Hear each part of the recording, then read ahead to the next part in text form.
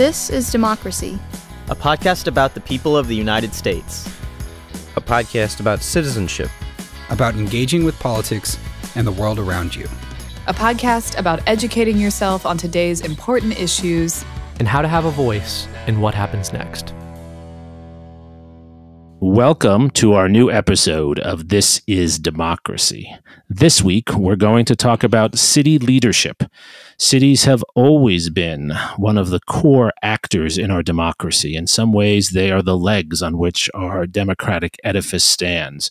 And now more Americans live in cities than any other form of municipal existence in our society. Cities are crucial to our democracy, and we're today joined by the recent mayor of Austin, Texas, which is one of the fastest growing cities in the country, one of the most dynamic cities in the country, a mayor who has seen the good, the bad, and the ugly over the last few years, and has generously agreed to talk to us about how democracy works at the city level. This is none other than Steve Adler, who was the mayor of Austin, Texas from 2015 to 2023. Steve, thank you for joining us today. Jeremy, it's great to be with you. Thanks for the invite. Before he was mayor of Austin, Texas, Steve Adler was a prominent lawyer working in the areas of eminent domain law and civil rights law in Texas. He also served on many important public service boards, so he has a great deal of experience in the public space as well as in the legal space. He was on the board of the Anti-Defamation League. We've had representatives from the Anti-Defamation League on our podcast before, one of the most important organizations combating hate in our society. He also served, Steve did, on the board of the Texas Tribune, which is one of the most important news organizations covering state news in the country. Throughout his career, Steve Adler has been widely recognized both at the city level, in legal circles and public service circles, for his innovative ideas, his leadership, and his hard work. And I also just have to say that he's someone who takes ideas and democracy seriously. He certainly proved that as mayor of Austin. And we'll learn a lot from our discussion with him today. Before we turn to that discussion, we have, of course, Mr. Zachary's scene-setting poem. What's the title of your poem today, Zachary? The title is For My City as It Was 3 Years Ago. Let's hear it. The silent streets awake to find a town still waiting to reclaim its silenced heart, to rouse and seize again its violet crown, and to begin again its 1,000 starts. Here where it all begins and nothing dies, the music's ended, yet we dance in place. The nurses count the dead in tired sighs, still hope does seem to blossom on your face. Old city where I've danced away the years, this must be one more of your new rebirths, another striving through new sets of fears, another excess to redeem the dearths. But you should know that it's okay to cry, much better, in fact, than just rushing by. I like that a lot. You capture the spirit of cities, Zachary. What is your poem about? My poem is about trying to come to terms with the experience of living in a big city like Austin, such a dynamic city, as it was silenced and made still by the pandemic 3 years ago, and a stillness that lasted for many years, and one that was marked by tragedy in many ways, and trying to come to terms with that reality and that experience that we've all had, but also the ways in which we, I think, as a city, have tried to rush past that and maybe have not taken the necessary time to reflect on that moment and what we lost. Sure. I think that's well said, and everyone has their own trauma from that period. Steve, your reaction to that poem? Well, I love this poem because I love the body of Zachary's work. The other thing that I thought came through for that was the recognition that we live in a city where, of course, everyone loves Austin that lives here mostly, and they love mostly the first day they got here. So everyone's always lamenting the fact that Austin's not what it was when they did. But I thought that it's actually really captured the fact that this is a city that's gone through 1,000 starts. Yeah. And it really says something when one is growing so much, but everybody who comes here thinks that this is now the best time in this city, and I think that's true. There's something in the water or the air that gives us a culture or a view that's different, and that has remained consistent even through the last several years, and will continue forward, I hope, and maintain our magic. Right. And it's so well said, Steve. You came to Austin many years ago from the East Coast, and you did not run for mayor to try to take Austin back to your first day, right? Why did you run for mayor in 2014? Well, I ran for mayor in part that the people that we were trying to encourage to run for mayor all said no. It's funny how that happens. 30 days before we announced, Diana and I had never even talked about running for mayor. But you recall at that time, the city was moving from an at-large council, which is what we had been historically, to one with district representation. The council was doubling in size. Virtually all, if not all, of the council members would be new. There was such a white board, a clean slate, an opportunity to create new culture. We just wanted the city to really maximize that opportunity. We went out and recruited a group of us, people that might have made for great mayors, and there were several, and they all said no. So eventually we kind of locked ourselves in a room and said, somebody has to stop what they're doing and go do this. And Diane and I drew the short straw. You led the city through some very interesting times, to say the least. What do you think was the biggest challenge in that almost decade that you led the city? Well, I tell you, we dealt with a lot of challenges, and I think not only in this city, but in cities across the country, there was so much.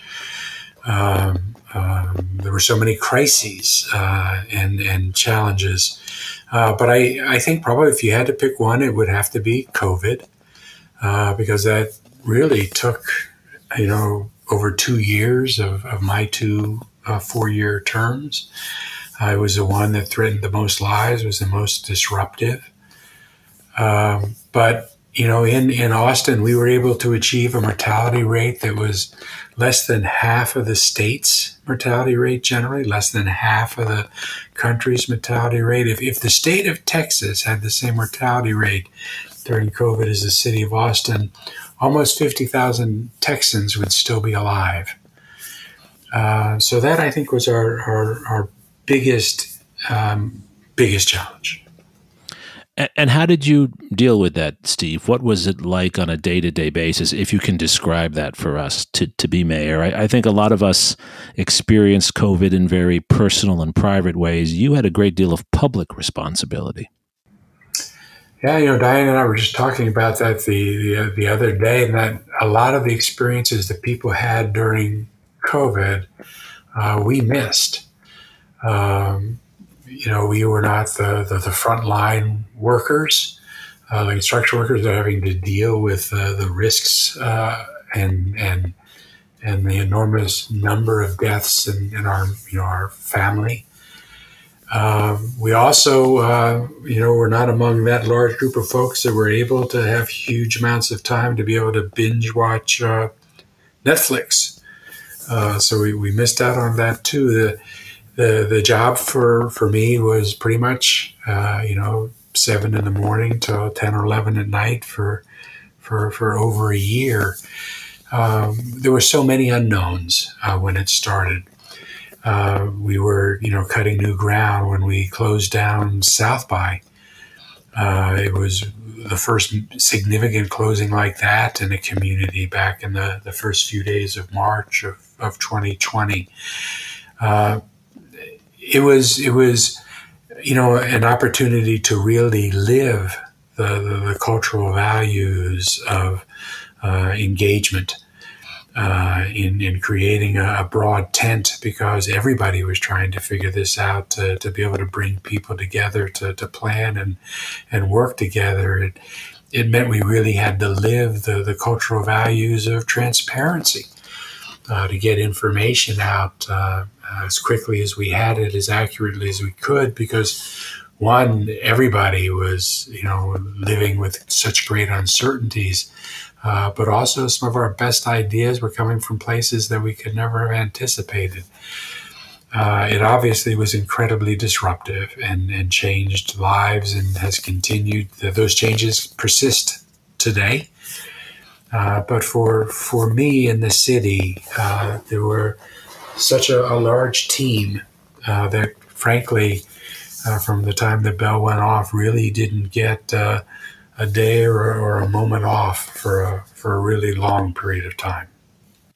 You were also mayor during a period of great political turmoil in our national politics and in our state politics and certainly in our city politics as well. But could you describe maybe for our listeners who don't necessarily follow Austin city politics or their own city's politics very closely, what it was like to be engaged in political discussions at such a local level while these larger political fights and political issues were playing out nationwide? That's both a good question and observation, Zachary, because this was a unique period where the challenges being presented with such immediacy were so great, and so many of those challenges dovetailed with what were the growing political partisan wedge issues. We were dealing with COVID, and whether or not to take vaccines suddenly became an incredibly political issue. Wearing masks, incredibly political issue, even in a society that required vaccines for most children when they're starting school. The George Floyd summer of unrest became the question of how to best deal with public safety became, again, a very, very political and partisan issue. And it made leading and communities moving forward very, very difficult because everything was immediately reduced to a partisan place. And when you're trying to really foster meaningful, important conversations about what communities do to best protect themselves and protect the quality of life and maximize everyone's potential, to have almost every conversation quickly devolve into something that is really designed to raise money for political events, to organize people, political organizing. It makes having the conversations that a community needs to have very difficult. And that's what I remember most about those moments, is that you almost want to just turn down the volume and pull a million people into a room and say, okay, all this stuff's going on outside. I know it's happening, but we actually have to get together to talk through these issues, and they're not easy, and there's not a lot of precedent, and everyone in this room is coming here with good faith, intending to help one another because we are a community, just a group of neighborhoods. But those conversations, very, very difficult to engage in, given the politics and the partisanship that enveloped us. So you were mayor, Steve, during the later years of the Obama administration and the first term of the only term of the Trump presidency. And without getting into the differences in the two presidents' politics, and maybe it's hard not to get into this, can you describe the ways in which the city interacted with the federal government in one administration versus the other? Was there a difference in the operations and in the nature of cooperation from one administration to another? Very much so. And I'll try to do this without reflecting on any policies, but just the dynamics of the operations. In President Obama's administration, the cities were being supported at every turn. This would be blue cities, red cities. The Intergovernmental Relations Office in the White House was actively involved in helping cities deal with the challenges that they were identifying as the most serious for them: poverty, education issues, housing issues, transportation issues. I would say that from where I sat, the administration was a constant value add, helping to facilitate what the local community here were trying to get done and deal with. Very different in the next administration, President Trump's administration. There was less effort to try to empower cities. In fact, there almost seemed to be a war against cities that developed very quickly initially probably over immigration and refugee issues. And we were no longer getting the kind of the value add support that we had actually become used to getting. And there was a lot less contact, were people that seemed to be working in the administration to bring support. I remember very early in President Trump's term going to Washington to speak with our Attorney General, along with a handful of other mayors around the country, because we were dealing with threats to cut off aid to cities that were designated as safe places for refugees to... Sanctuaries, I think. Correct? That's right. Sanctuary cities with an ill-defined term. And cities that, were not trying and were not breaking any federal laws. We were immediately put on the defensive and suddenly found ourselves dealing with questions that suddenly had national intrigue, as opposed to being able to deal with the affordability and transportation issues that our community wanted most local communities wanted their governments to be working on. It was a very stark difference, I believe, in the support that cities got, but also just the perception of cities. Why do you think there is such hostility in some parts of our country, and in one party in particular, toward cities? Again, back to where we started, so many of the most dynamic places in the United States and in the world are cities. So many of the most productive, interesting people of all political and ethnic varieties are in cities. Why such hostility? I agree with you, Jeremy. I'm a lover of cities.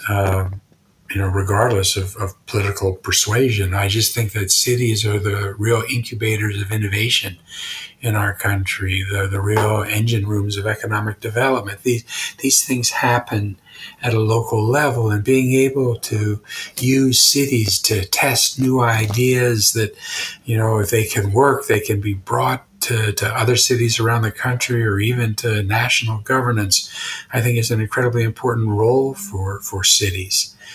But at some point, cities became the enemy. I remember our lieutenant governor, Texas lieutenant governor, on a news show at one point was celebrating the number of state houses that had gone to the Republican Party, both governors and legislators.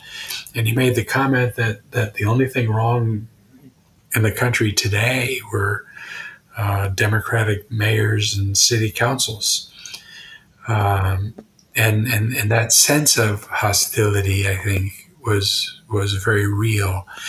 I'm not sure, Jeremy, why that happened. I do notice, as I'm sure everyone does, the difference between the way rural areas are voting in this country versus the way urban areas are voting.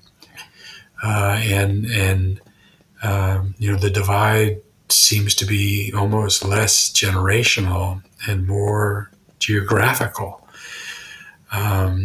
I know that in our community in the Austin area, it used to be Austin is the city against most of the surrounding more rural areas. But now as the city's growing, as those cities are growing, then we have more in common.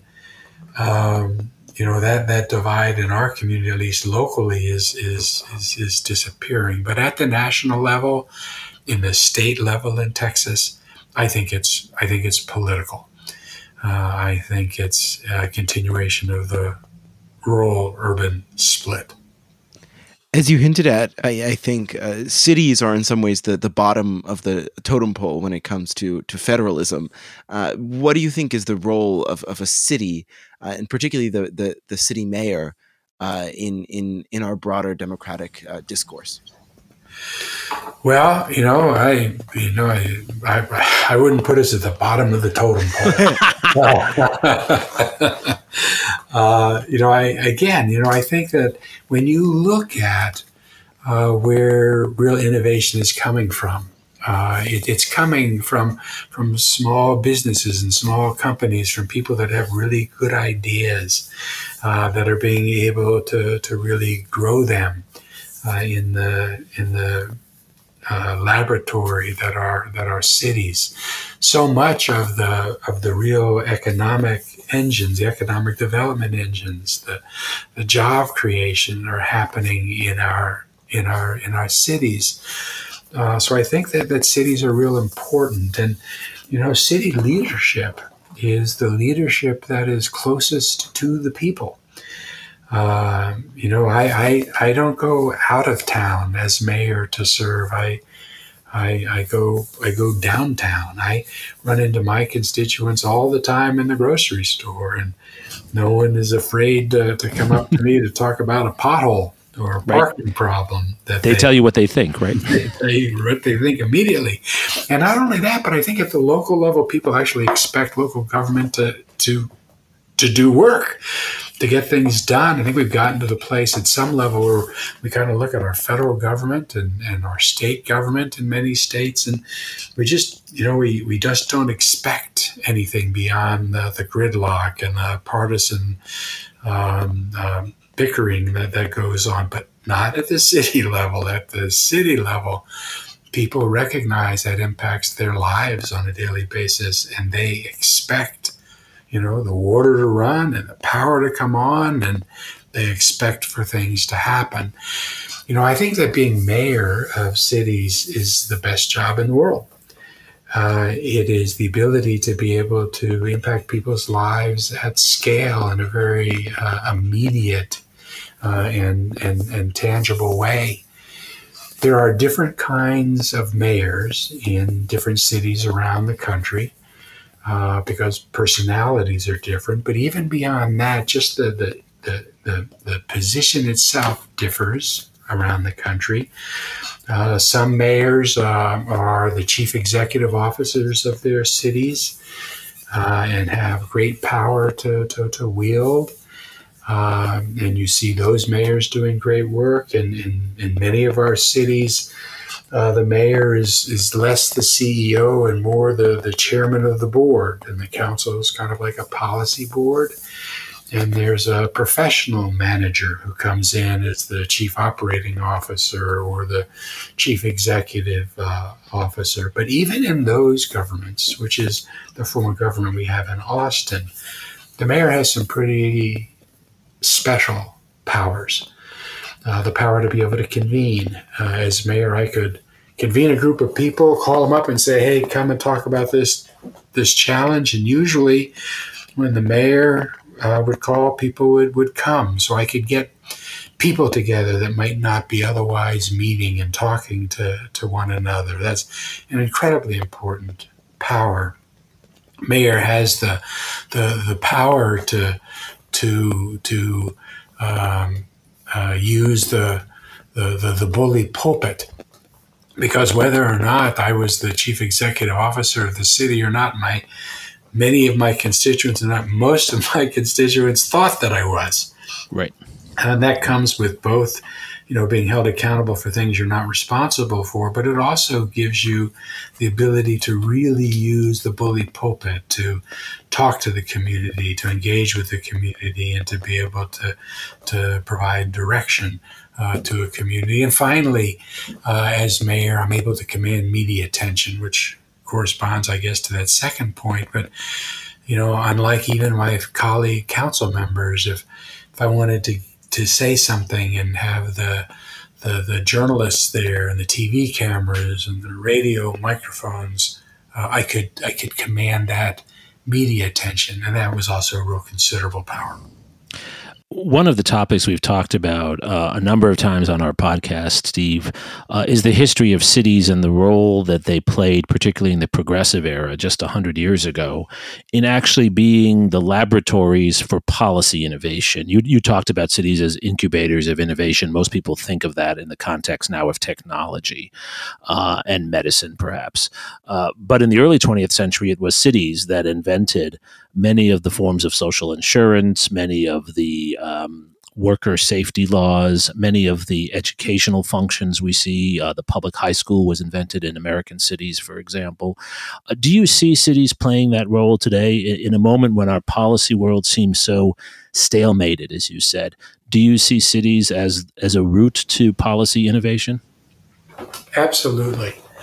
And I think it's still happening. It might be harder as too many of the state and federal leaders would kind of engage in this war against cities. I do think you still see that. You see the social service organizations that are out on the street building new ways to help people.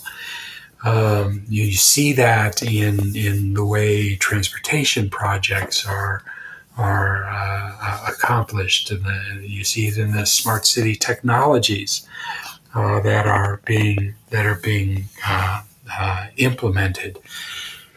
It's interesting. I had the great honor and opportunity to really get to know mayors from across the country, and we were talking to each other all the time. On my speed dial, I'd have this group of 20 mayors, another one, that group of 20 mayors, and we're constantly sharing and quite frankly, stealing from one another anything that works. But we were all invested in each other's success because quite frankly, our success in part depended on some other city figuring something else out that then I could steal and do in Austin. And not just nationally. I was able to develop, along with many of my colleagues around the country, real significant relationships with cities internationally. So, in some respects, as I watch what's happening on the world stage, I wonder if, even though there's great effort to reduce the power and scope and range of cities within our country, I wonder if cities internationally are in their ascendancy as cities can communicate and cooperate with one another without regard to nation states. And I think that's a good thing. And just following on that excellent point, Steve, did you think of your time as mayor as being a global figure or a national figure? First and foremost as a local figure, because I think that's inherent in local levels of government. But beyond that, I did see myself as a national and global player. I'm not sure one of them any more than the other, but I was involved, in the decisions I made. It's very rare for anybody to be making a decision as a mayor that some other city hasn't already dealt with, if not exactly, then similarly. There's so many lessons to be learned by people that had experiences in You don't want cities to have to make the same mistake twice. And I could learn from other people, I wanted to. But there are great organizations that would bring mayors together in addition to just seeking each other out. And on the international level, the involvement in organizations like C40 and the climate change cities, the ability to participate at the COP meetings on climate change and be with mayors. When I went, I think it was 2016 when the Paris Accords were signed. And I went to that meeting in Paris. And of course, everyone knows the treaties that were signed by the nation states, 160 of them or something, to really make the first big international play for climate change mitigation. Half of what the nation states agreed to do was work that had to be done at the local level, the city level or the county level or the regional level. Half of it had to be done locally. And at that meeting in Paris, there was the largest collection of mayors gathered in one place, I think, in the history of the world. Wow. There were almost 800 mayors from around the world gathered together, and we signed our own compact there.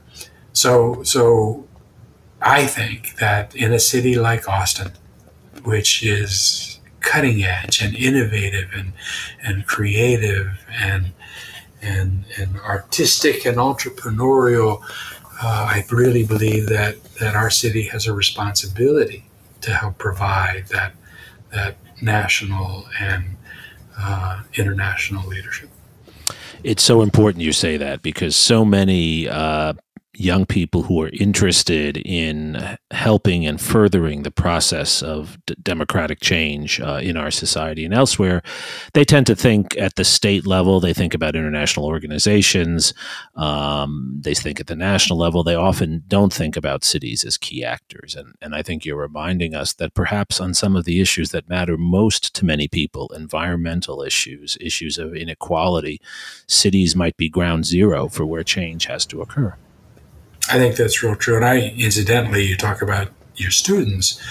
I remember being in law school and the value I put on a federal court, district court holding versus a local state court was night and day. Absolutely. And that was not real. That was something that was a bias I came in with. I think it's still a bias that law students have. I think everyone wants the federal clerkships, right, because they're more prestigious. But many of the key issues, as you point out, Steve, might be decided in the municipal and state courts right now. In fact, if you're looking to have an immediate impact on the quality of life for people and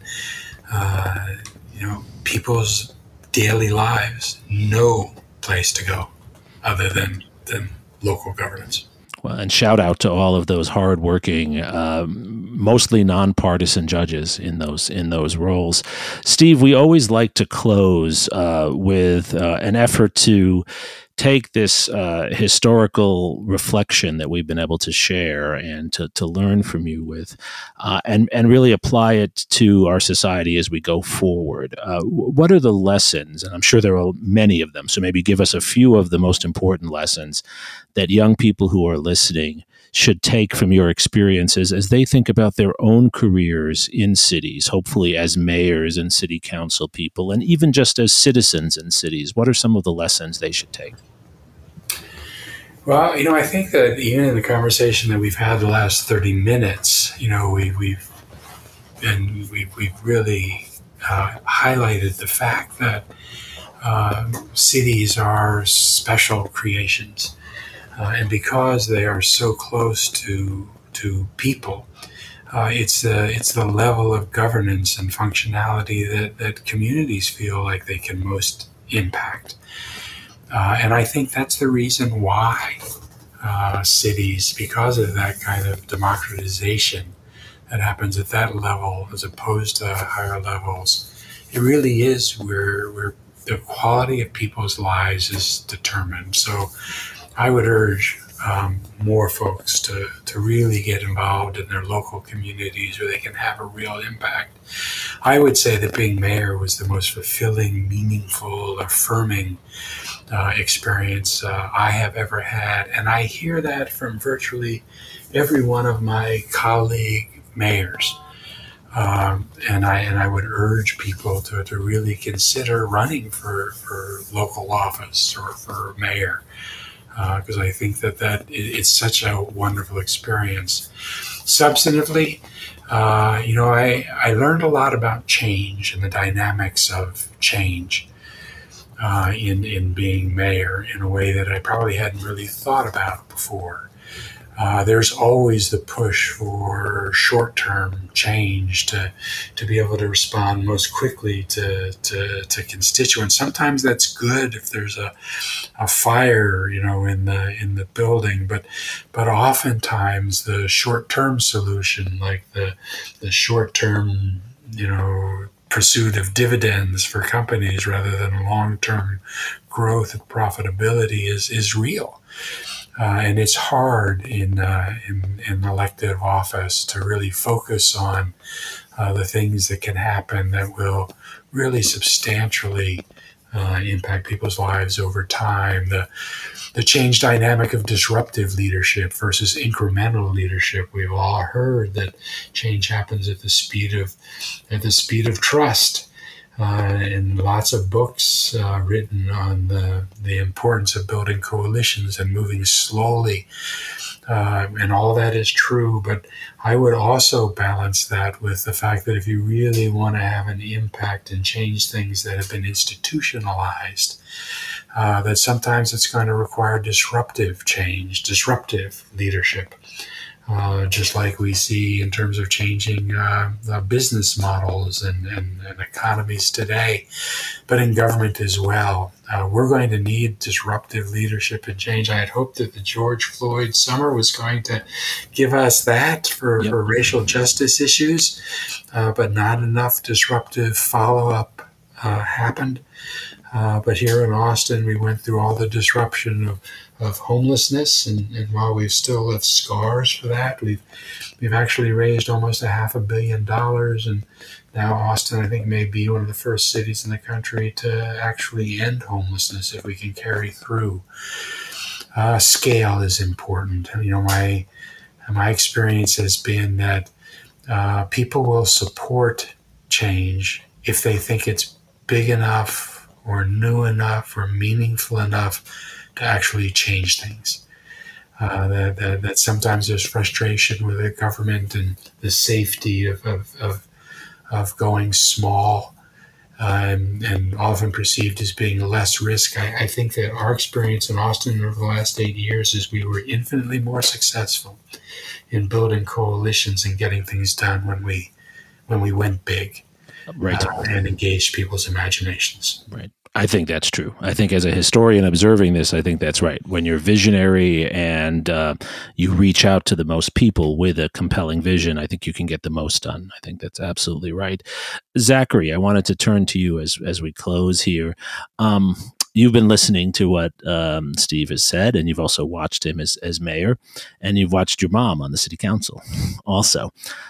Does your experience watching city governance in action, watching democracy at the city level, does it make you and other individuals of your generation, does it make you more excited about what cities can be, or is it actually more of a cautionary tale? I think it makes us all excited, because I think in some ways cities are the best exemplar of American pluralism and how competing interests and people's very personal and often mundane problems and crises, from the power being out to the streets not being paved, how people coming together around those kinds of small issues can actually have a broader impact on a community, and also can fit into a broader vision of what a community should be. And I think that offers a space for young people who are dissatisfied with the hateful nature of national politics. Not that local politics aren't bitter, but that I think people are invested in a way that they often don't realize until something goes wrong. So you remain optimistic, Zachary, Yes. even seeing people say nasty things about your mom and about Steve. Yes. And Steve, you're optimistic? I'm optimistic on all the measures that we talked about, and I'm sure you'll have another show where you talk about disinformation and the growing loss of faith in institutions. If I have concerns, it's in those two areas. Mm-hmm. Mm-hmm. And those are areas where we have talked about those issues, but there's, of course, more to be said. And perhaps cities are also ground zero for rebuilding trust in institutions, Steve, right? I believe that to be true. Thank you so much, Mayor Steve Adler, for joining us today. We've had all kinds of guests on this show of all levels and of all areas of prestige, and it's really been wonderful having the opportunity to talk to you because you've been so close to so many of the issues that so many of our guests and so many of our listeners really care about. And I think you've left an important mark, and we've learned a lot talking with you, and we hope we'll have you back on at some point too. Thank you so much, Steve. I enjoyed it. Thank you, Jeremy. Thank you, Zachary. Zachary, thank you for your thoughtful poem and your wonderful questions, as always. And thank you most of all to our loyal listeners for joining us for this week of This Is Democracy.